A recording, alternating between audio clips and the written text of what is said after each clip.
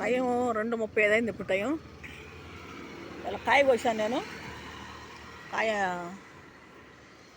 500కి అమ్మాను.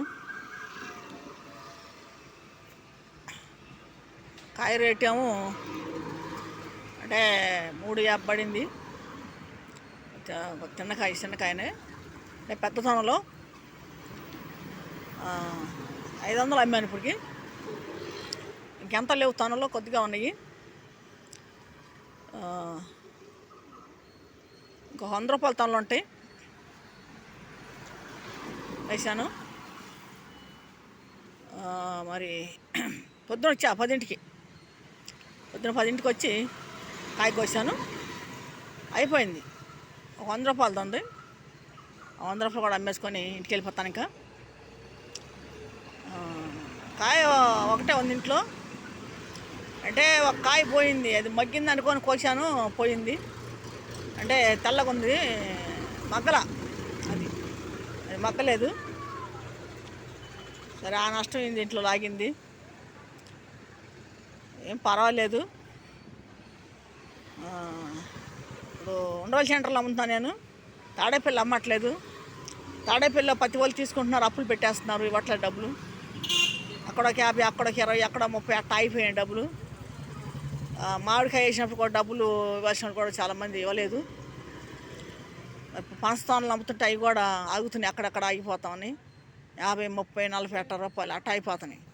40 రూపాయలు, 30 రూపాయలు అని అట్ట అప్పు పెడుతున్నారు. ఇవ్వట్లా. ఆ 40 రూపాయలు, 30 రూపాయలు ఏమడగానే నాకు సిగ్గుకుంటుంది. వాళ్ళు తెలుసుకొని ఇవ్వాలి. మరి కొంతమంది అయితే అసలు ఎగ్గొట్టేస్తున్నారు. 20 రూపాయలకి, 30 రూపాయలకి ఇస్తా అంటున్నారు, ఇవ్వట్లా. తాడేపల్లి అందుకని అమ్మట్లేను. మొహమాటం ఎక్కువ అయిపోతుంది. ఇప్పుడు పెద్ద తోనలు ఉన్నాయి, 100 రూపాయలు అమ్ముతున్నాం డజను. అక్కడ ఏమైంది, 30 రూపాయలకి, 50 రూపాయలు, 40 రూపాయలకి ఇవ్వాలి. 50 రూపాయలు పెట్టి కూడా కొంటలాడా. అక్కడ నష్టం వచ్చేస్తుంది నాకు. అందుకని సెంటర్కి వస్తున్నాను. సెంటర్లో కాయ డబ్బు అమ్మేసుకుంటున్నాను చక్కగా. అప్పు లేకుండా అమ్ముకుంటాను. 100 రూపాయలు నాకు ఉంటున్నాయి, పర్వాలేదు. కాయ డబ్బులు తేలుతున్నాయి. చక్కగా సెంటర్లో అమ్ముకుంటున్నా. సెంటర్లో అమ్ముకొని చక్కగా వెళ్ళిపోతాను ఇంటికి. ఏం పర్లేదు. ఇప్పుడు తాడేపల్లి అమ్మిన కాంచి నష్టం వచ్చింది, నాకు చాలా నష్టం వచ్చింది. ఈ సెంటర్కి వచ్చిన కాంచి నాకు నష్టం అనిపించట్లేదు. కాయ డబ్బులు తేలుతున్నాయి. 100 రూపాయలు నాకు, 100 కానీ 150 కానీ కూలి ఉంటుంది. వాళ్ళు 150 రూపాయలు ఉంది, మన 100 రూపాయలు ఉన్నది. నష్టమే రావట్లేదు. సెంటర్లో నాకు అమ్ముకుంటాను ఇక్కడ చక్కగా. ఏ కొట్లకి నేను అడ్డం పెట్టట్లేదు, ఎవరికి నేను అడ్డం పెట్టట్టు. బండి ఒక షెట్ కింద పెట్టుకుంటున్నాను, షెట్ కింద కూర్చొని అమ్ముకుంటున్నాను. ఇబ్బంది లేదు ఇప్పుడు, పర్లేదు, బాగానే ఉంది.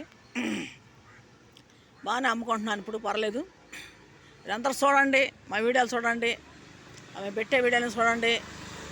మరి తిరుగుతున్నాం, బండి ఆవిడ తిరుగుతున్నాము, పర్లేదు. కొద్దిగా 100 రూపాయలు, 150 ఉన్నా చాలు కూలి.